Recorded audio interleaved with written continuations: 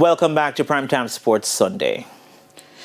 Now, national cyclist Andrew Ramsey will be among a number of competitors looking to gain International Cycling Federation rating points at the 4th edition of the Jamaica Cycling Classics, where 14 teams from 20 countries are set to take part. Daniel McLeod tells us more. Top cyclists from across the world will be on show this weekend, but national cyclist Andrew Ramsey isn't fazed by the competition.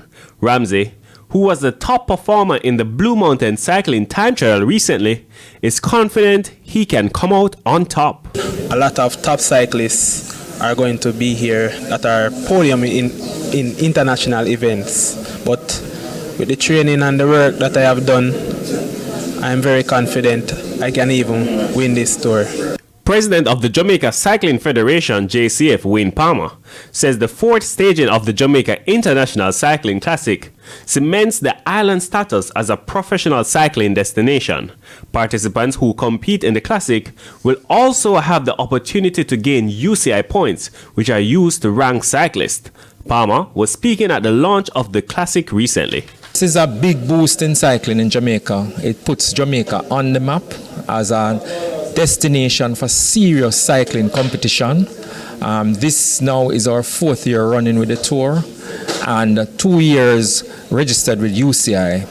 We now have positioned Jamaica as a cycling destination, not just for recreational cyclists, but for the serious competitive cyclists. The distance of the course will be increased this year, and president of the Velocity Cycling Club, Carlton Simmons, shares the route. Last year, the first stage in out of Falmouth back to Rosal, we'll be increasing that loop to 3 loops this year.